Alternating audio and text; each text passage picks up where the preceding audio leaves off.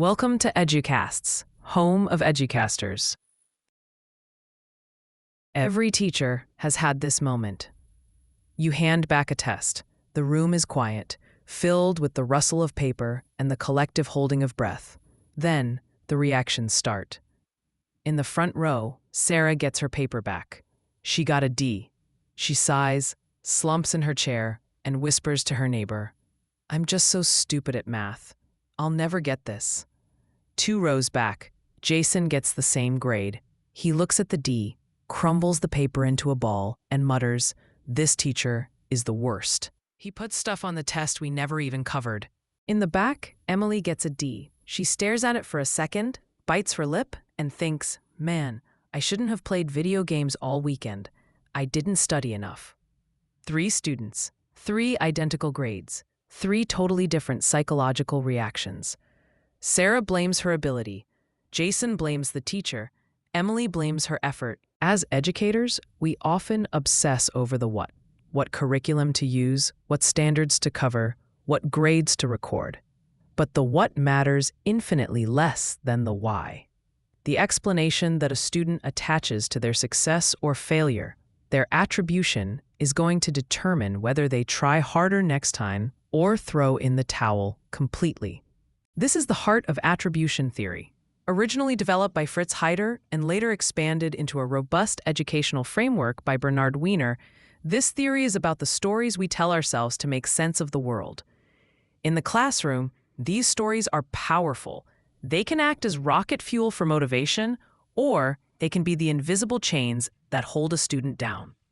We are going to peel back the layers of attribution theory. We're going to look at the machinery under the hood of student motivation, explore why smart kids give up and average kids persevere, and learn how we as teachers can flip the script to help our students take the driver's seat in their own education.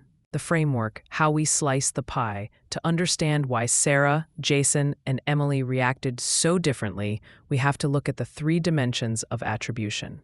Wiener didn't just list reasons, he categorized them. When a student asks, "Why did I fail?"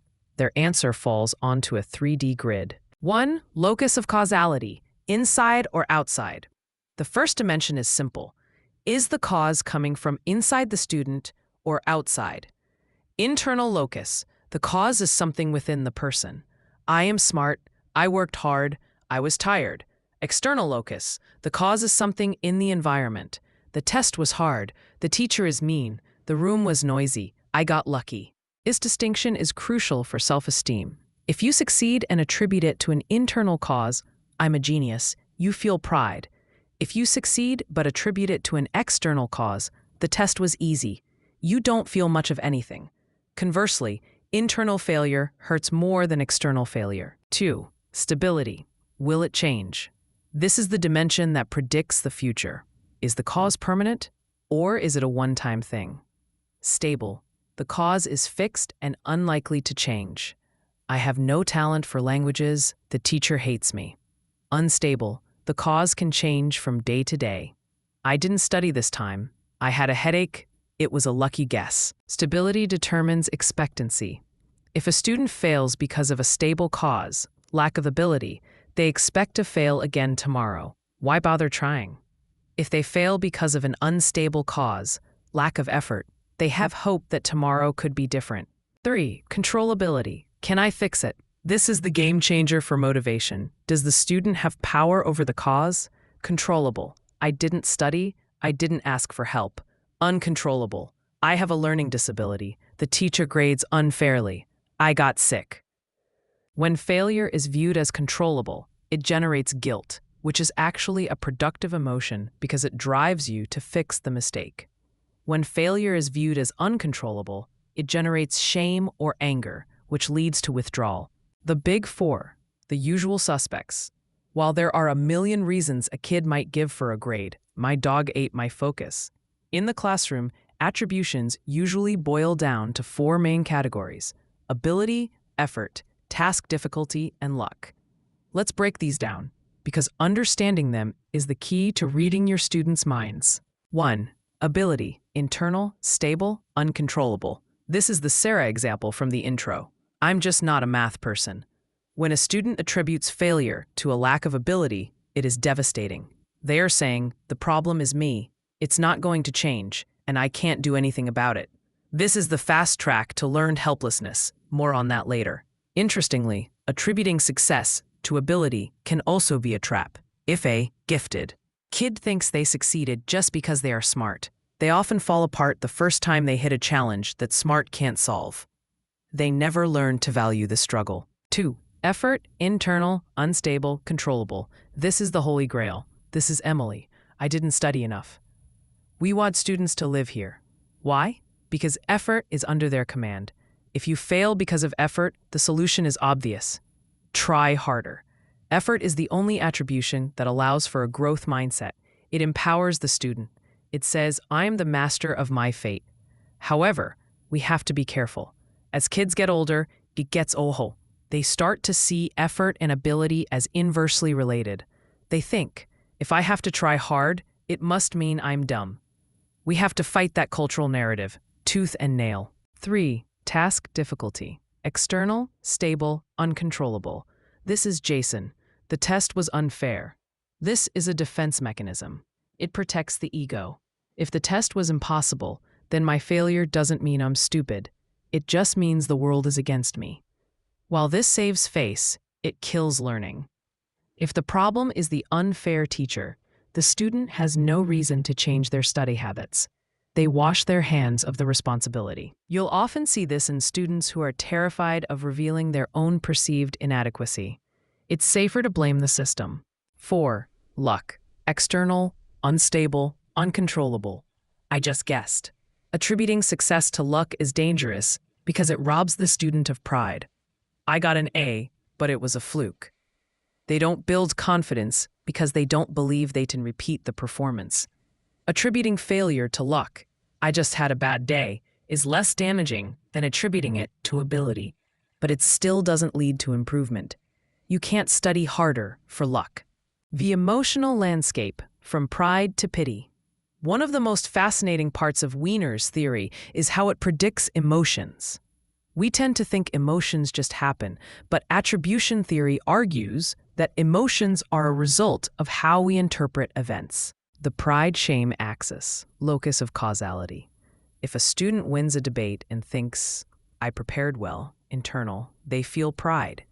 If they win and think, the other team was terrible, external, they feel nothing much, maybe relief. If they lose and think, I'm not good at speaking, internal, they feel shame. If they lose and think, the judges were biased, external, they feel anger. As teachers, we want to maximize pride and minimize shame. Shame is a paralyzing emotion. It makes you want to hide. Anger, while disruptive, is at least active. But shame makes a student shrink. The pity-anger axis, controllability, the teacher's perspective.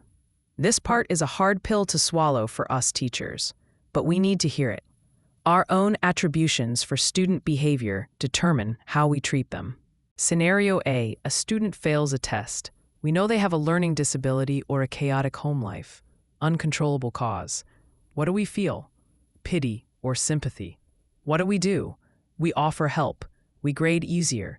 We refrain from scolding. Scenario B, a student fails a test. We know they are smart, but they were goofing off all week. Controllable cause.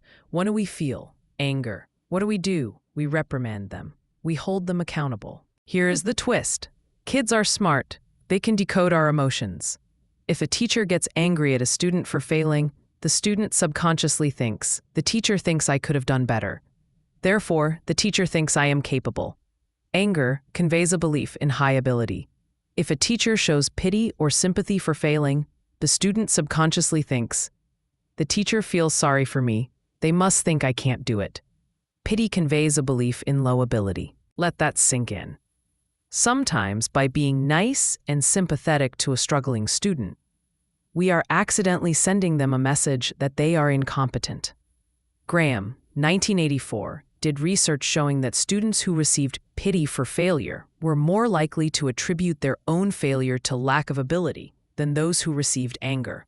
It's a paradox, but it's real. The danger zone, learned helplessness. When a student consistently attributes failure to internal, stable, and uncontrollable causes, I am stupid, they enter the dark waters of learned helplessness. This term, coined by Seligman, describes a state where an individual feels that no matter what they do, the outcome will be the same. In the classroom, this looks like the kid who puts their head on the desk the second the worksheet is handed out. They aren't being lazy. Lazy implies a choice. They are being hopeless. If you believe that your failure is due to a lack of intelligence, stable internal, then trying hard is actually risky. If you try hard and still fail, you have stripped away all your excuses. You have proven once and for all that you aren't smart enough. So, the self-protective strategy is to not try. If I don't study and I get an F, I can say, well, I didn't care. I get to keep my ego intact. I get to pretend that maybe I could have passed if I wanted to. Breaking this cycle is the hardest work we do as educators. You cannot just cheerlead these kids out of it. Saying, you can do it, to a learned helpless kid is like telling a person with a broken leg to just walk. They don't believe the mechanism for success exists. We have to fundamentally rewire their attributional bias.